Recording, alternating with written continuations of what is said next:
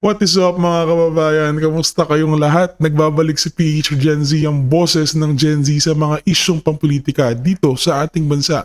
Mga kababayan, sa araw na ito ating panonoorin at bibigyan ng reaksyon itong naging panayam ni Pinky Webb dito kay DPWH Secretary Vince Dizon tungkol nga dito sa mga flood control probes maging sa investigasyon o update sa investigasyon dito sa mga ghost projects ng DPWH. Mga kababayan, bago natin ituloy ang ating video o bago natin ito simulan, huwag niyo pong kalimutan mag-like, mag-subscribe, maging mag-share ng ating channel. Lubos po ang aking pasasalamat sa mga sumusuporta po sa ating channel. Maraming salamat po sa inyong lahat. Huwag niyo pong kakalimutan mag-drop din po ng inyong mga saloobin dyan sa comment section nang maging interactive ang ating community. Mga kababayan, hindi na po natin nahabaan ang intro na to. Reaction na po tayo mga kababayan. Panoorin natin ang video to. September, October?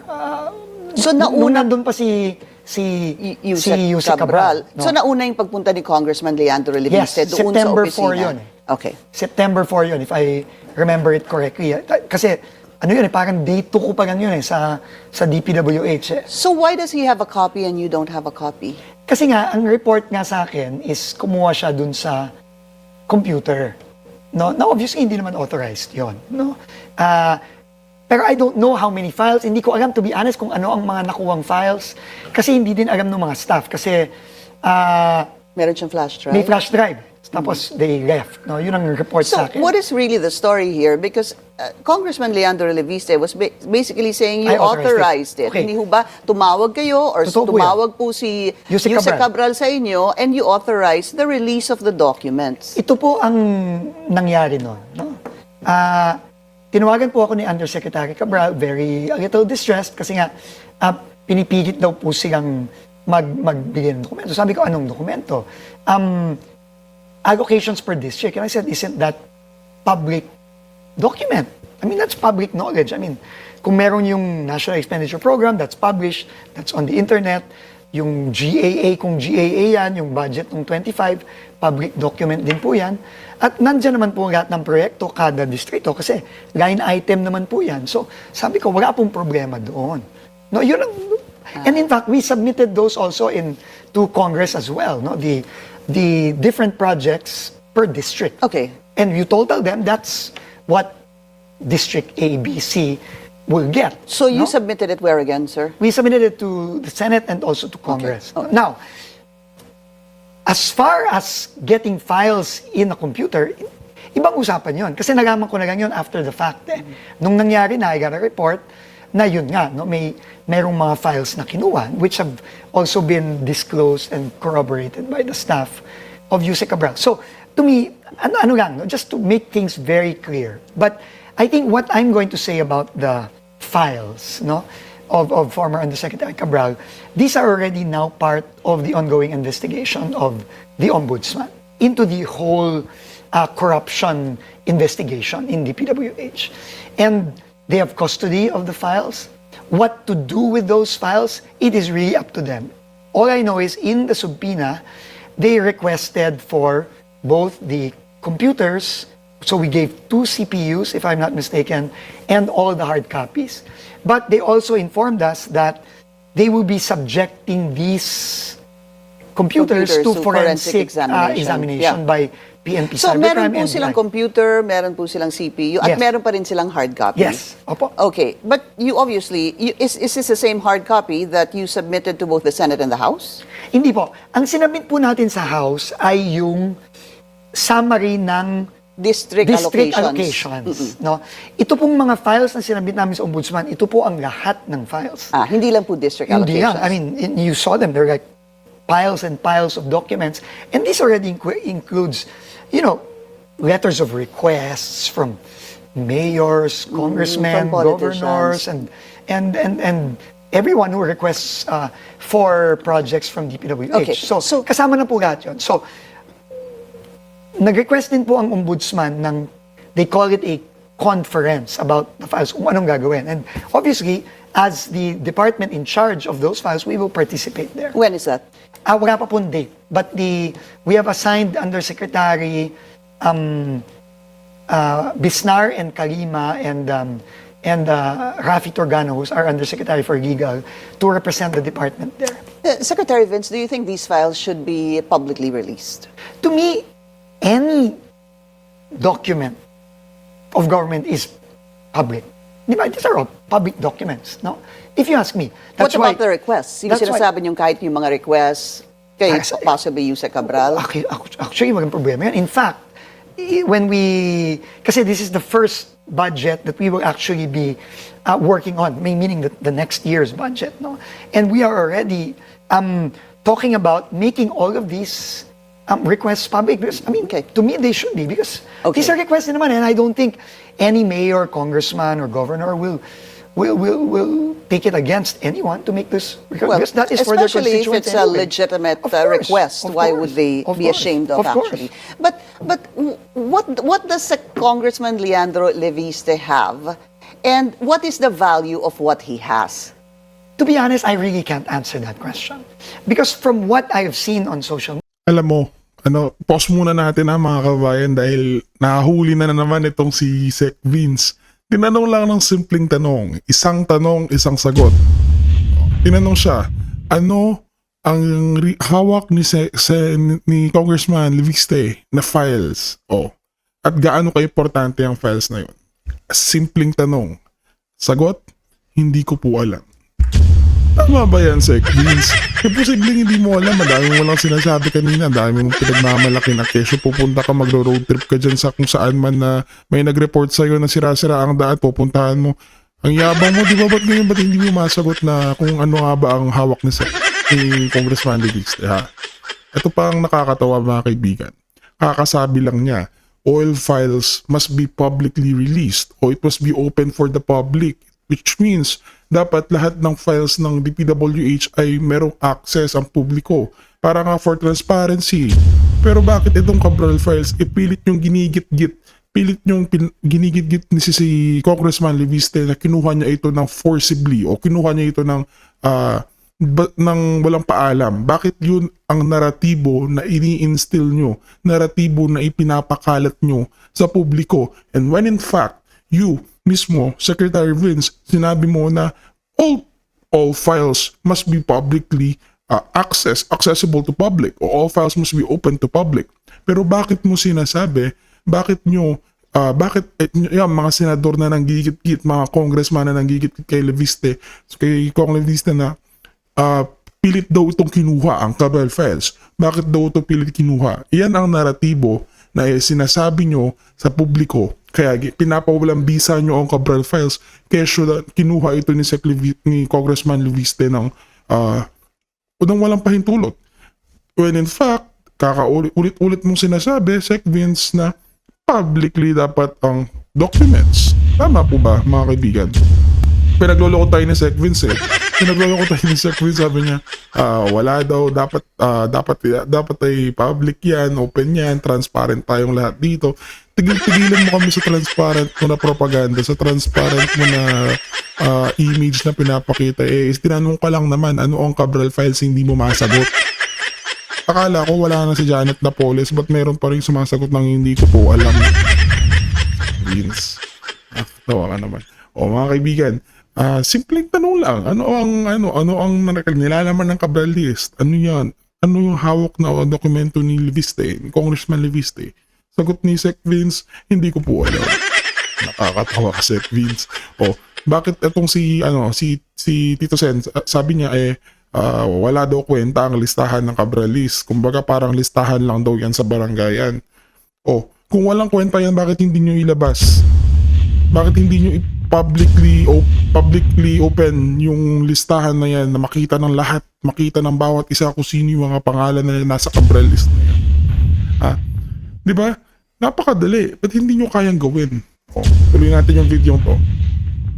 because from what I have seen on social media and these are really, parts of a list. I think of a document that we've seen. No? So, to me, the documents are already with the Ombudsman. They are subject of an investigation already that's ongoing. Then let us have the Ombudsman do it and investigate it. First of all, check the veracity of the... Ang problema, So, ang problema dyan, Sec Vince, gagawin naming madali para sa'yo, ay explain namin ng madali para sa'yo. Ang problema, nasa ombudsman nga, no? Nasa ombudsman nga yung mga gamit, yung mga dokumento. Sabi mo nga, piles and piles of documents. Kahit sing taas pa yan ng statwa ni Jose Rizal, yung mga piles of documents na ibigay nyo sa ombudsman.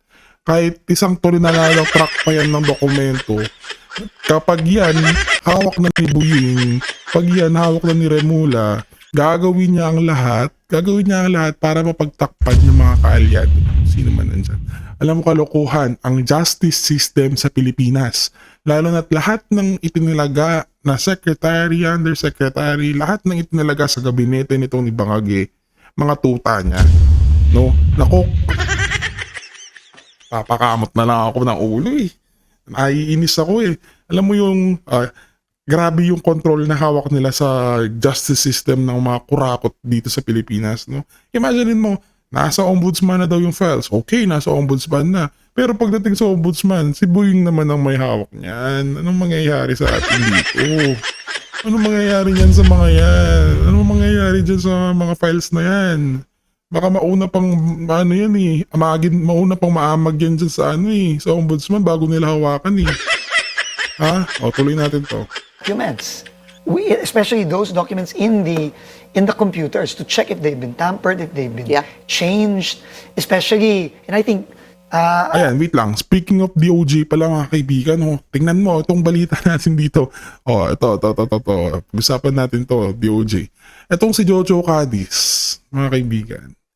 Naging involved na to eh. Nabanggit na ang pangalan nito, nadawit na yung pangalan nito tungkol sa kanyang pagkaroon ng kinalaman, no? O pagiging parang isa sa mga sangkot dito sa flood control projects, no? Parang isa siya sa mga taong na naging tulay from DPWH to DOJ to President Bangag, no? Etong si Jojo Cadiz. Pero ang tanong ng karamihan, tinatanong ko, bakit nandyan pa rin siya sa DOJ? Bakit nandyan pa rin siya, nakaupo pa rin siya sa pwesto niya sa DOJ, ha? Bakit konektado pa rin siya dyan sa investigasyon ng flood control? Siya mismo involved dyan sa flood control projects na yan. Ha? Bakit nakaupo pa rin yang si Jojo Cadiz? Samantalang yung mga ibang mga, nung nagsalita si Zaldico, nung kumanta si Zaldico, lahat ng mga opisyales na nandun, nasibak na. O kung di man nasibak, nag-resign. Pero bakit itong si Jojo Cadiz, ang kapal at tigas ng mukha, nandyan pa rin sa DOJ, involved yan sa project ng flood control. Imaginein mo, isa ka sa mga nag-iimbestiga ng flood control, tapos isa ka rin sa mga tao na sangkot sa flood control. Nakakatawa talaga ang DOJ, nakakatawa ang justice system natin, mga kaibigan. Bukod sa nakakatawa, nakakalungkot din dahil parang wala nang patutunguhan itong problemang issue na to. Umiikot-ikot na lang tayo. Pinagloloko-loko na lang tayo ng mga opisyalis na to. Grabe, tuloy nga natin. Assistant Ombudsman Miko Cavano said it very well. We have to look at, from the time na sumabog yung flood control scandal, meron bang pagbabagong ginawa? Tingin ko tama yun. How will you know? Through the forensic examination? Yes, makikita naman yun. Okay, so basically, the IT experts will be able to do a Backtracking backtrack of some and sort. see, binago ba? Kailan binago? Anong oras? So, etc. it isn't as easy maybe as it appears, no? It's not. But I think that is the proper way to do it. All right. But so, Sec Vince, could there have been a miscommunication between you and what Congressman Leandro Leviste was saying na pinayagan mo naman, kasi it appears, pinayagan mo talaga. It's possible. It's possible. Pinayagan mo talaga na makakuha siya ng budget allocations per district. Yes. But what you're saying is you did not allow. First of all, I did not know that May flash Hindi mo na naman alam. After the fact ko na Nakakatawa nagkakaroon. kasi. Siyempre, hindi ko naman Hindi mo na papayag. naman alam. Diba? I mean, kung meron kang gustong dokumento, there are ways of requesting for documents. I mean, first of all, we have the Freedom of Information Act. Hindi ba? Where there is a process to get Batas na documents. naman. All Ginagamit follow that niya process yung regardless batas of dahil para who sa we are. kabutihan. So because Yun. you're the head of the DPWH now, there were employees that actually said that he went to a computer, inserted the Yes. flash drive ni Huba, Yes. and pinilit nga daw na kumuha ng mga dokumento. And in fact, there was even a story that yung finger... Nasugat si Yusek Cabral. Opo. Yun, alam ko yun. Kasi I saw it the day after. Bakit ho siya nagkasugat? Ang pagkakuwento sa akin, again, no, and ang pagkakwento din ng mga staff is parang nagkaagawan ata ng papel. So ito sa paper cut. No? Something like that. No? So, Bakit? Atong si Vince, no? Si Sec Vince. Play safe palagi eh. Pag tinanong, hindi ko po alam, hindi po ako sigurado.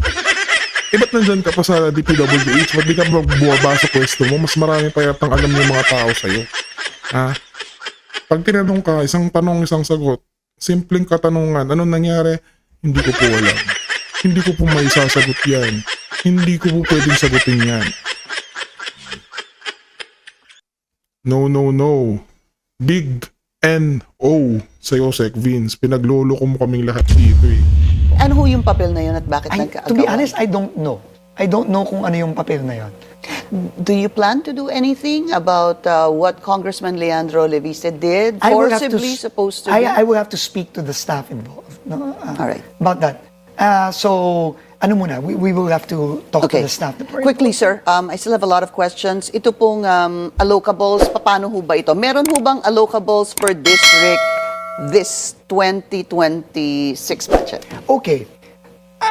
When you say allocables, yan ay mga sinasabing may discretion ang mga congressmen or mga politiko. No, I think that is let's call a spade a spade. No, and what we've tried to do, and what the Congress has tried to do, in fairness to the bicameral conference, is they have tried to find a way to eliminate the discretion. No, and not just in the DPWH budget, but in other items of the budget. Well, specifically, for example, yung mga ayuda, yung mga MAIP, AIX, etc., etc. I think if we define allocables as that, na may discretion ang mga legislators, then tingin ko there are enough safeguards put in by both the Senate and the House there to ensure that in 2026 there is no or very little discretion. Now, when we talk about projects of districts, which, Pinky, are necessary projects. I mean, all districts need roads, they need bridges, they need flood control, they need other projects there. No, kailangan lang masigurado ng gobyerno na yung mga proyektong ginagagay sa budget talagang kailangan ng mga distritong yon. At hindi lang ginagagay sa budget para pagkakitaan at nakawin. Eh, ang problema, Sec Vince, yun ang ginawa ninyo dyan sa DPWH. Yun ang ginawa nyo dyan, no? Ang katanungan, bakit ang galing yung magsabihin sa harapan ng camera na hindi dapat pinagkakakitaan ng mga proyekto. Pero bakit nagawa ninyo? Bilyon-bilyon na nalimas dyan sa DPWH, no? Sabi dito, yun nga, ang budget appropriations, maging ang project appropriations, dapat ang proyekto ay naayon sa kailangan o pangangailangan ng distrito na iyon. Hindi lang basta-basta nilalagay para pagkakitaan. Tama naman yun. Pero bakit nyo kayang gawin yun? Yun ang katanungan. Bakit nyo nagawa? Hindi yung, porque nabisto kayo ngayon, haharap kayo sa camera, sasabihin, mali po yun, hindi po yun ang dapat gawin. Bakit dapat noon pa lang ginawa nyo na yan? Noon pa lang alam nyo na ang dapat gawin para masolusyonan yung budget appropriations, yung project appropriations dyan sa departamento mo. Pero bakit hinayaan nyo lang ni Cabral, ha? Kayong dalawa na pinakamataas sa DPWH. Bakit nyo hinayaan na dumaan sa inyo yung mga papeles na yan, yung mga project requests na yan, hinayaan nyo na dumaan sa inyo at hinayaan nyo maaprubahan na? Kung hindi yan nahuli, kung hindi lang nahuli na asiwalat ang baho ng flood control projects at issues na yan, hindi naman tayo aabot sa ganito na naghuhugas kami kayo. Panigurado hanggang ngayon, ginagawa nyo yan. 2026, malilipas ang 2026, gagawin at gagawin nyo pa rin yan kung hindi lang kayo nahuli nitong nakalipas na taon. Ha? O, tuloy natin. I think yun naman talaga ang punot dulo nito.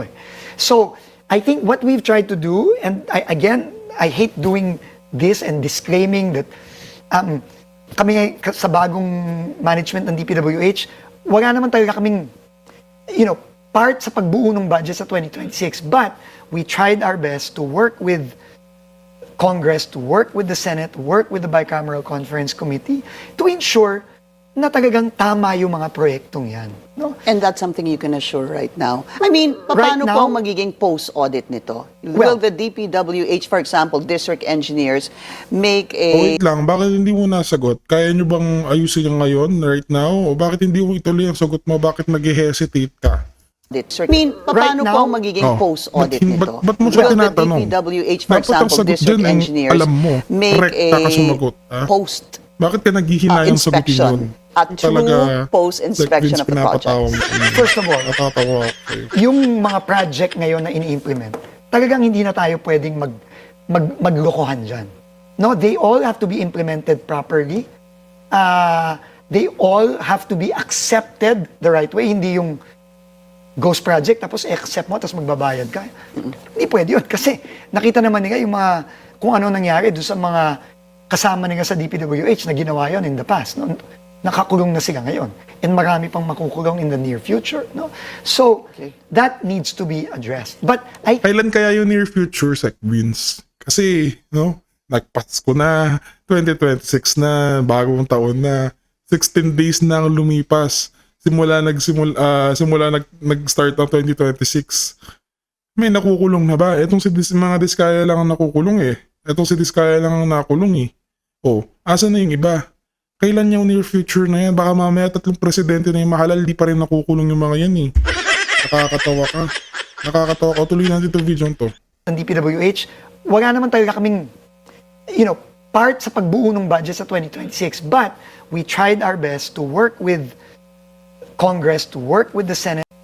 Kailangan lang masigurado ng gobyerno na yung mga proyektong ginagagay sa budget, talagang kailangan ng mga distritong yon. At ang mga legislators to ensure that, now, when we talk about projects of districts, which, Pinky, are necessary projects. I mean, all districts need roads, they need bridges, they need flood control, they need other projects there. Gobyerno, na yung mga proyektong ginagagay sa budget, talagang kailangan ng mga distritong yon. At hindi lang ginagagay sa budget, talagang punot dulo ni DP20 sa yung mga post. First of all, yung mga project ngayon na ini-implement, talagang hindi na tayo pwedeng maglokohan dyan. No, they all have to be implemented properly. Well, dapat lang. They all have to be accepted the right way. Hindi yung ghost project, tapos accept mo, tapos magbabayad ka. Hindi pwede yun. Kasi nakita naman nila yung mga, kung ano nangyari doon sa mga kasama nila sa DPWH na ginawa yun in the past. No? Nakakulong na sila ngayon. And marami pang makukulong in the near future. No? So, that needs to be addressed. But I think what's also important, and that's why we're working very hard now with civil society organizations, with the CBCP and others, to make sure na sa budget pa lang, masigurado na yung tamang mga proyekto lang ang mapopondohan. At siyempre, pag napondohan sila, siguraduhin na ma-implement sila ng tama. Okay. We have a story, sir. I'll just bring this in regarding a regional director of Region 1. His name is Ronel Tan, our Yes. reporter. He has been Dobie. relieved as of last Monday. Why? already. Why was he relieved, Well, sir? marami kasing iniimbestigahan tayo since last year, no?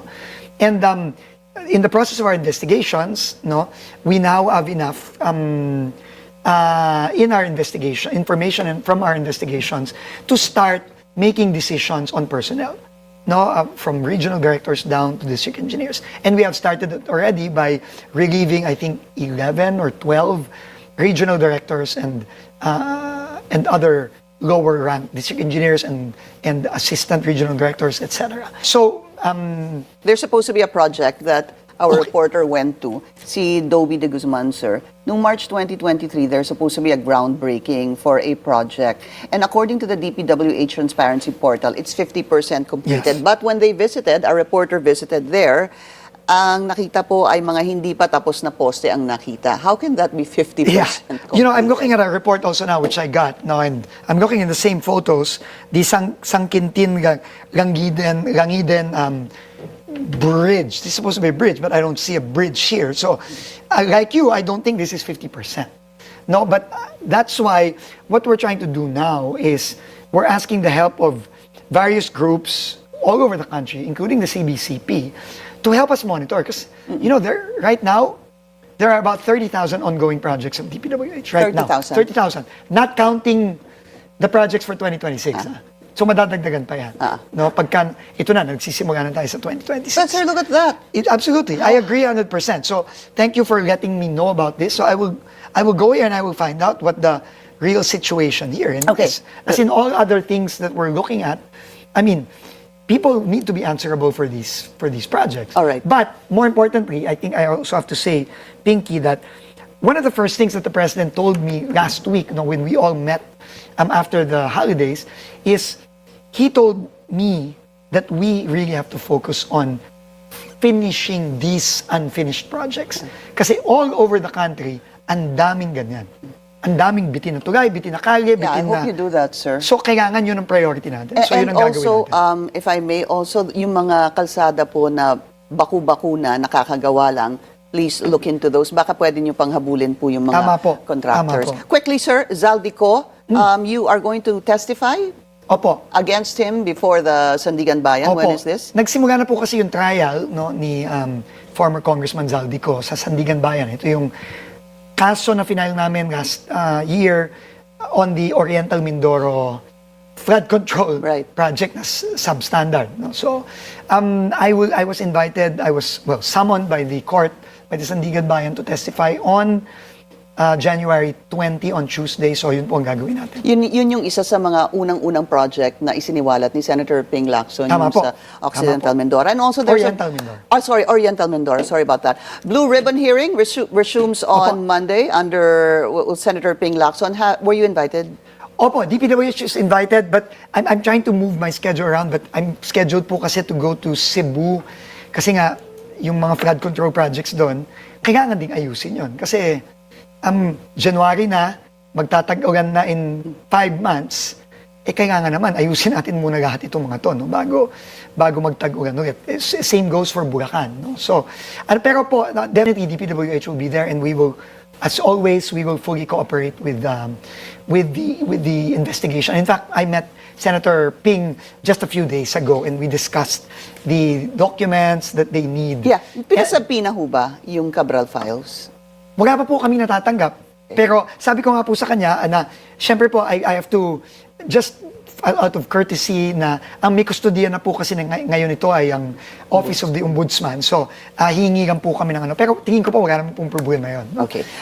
On a last note, sir, Senator Ping Lacson had made mention very recently that the former Secretary Manuel Bonon, who they can't seem to find at the moment, gave the President the wrong coordinates during the start of this flood control expose. What happened there and how do you intend to fix that? I can verify that. Totoo po yan. In fact, isa yun sa mga pinag-usapan po namin ni Senator Ping a few days ago. Totoo po talagang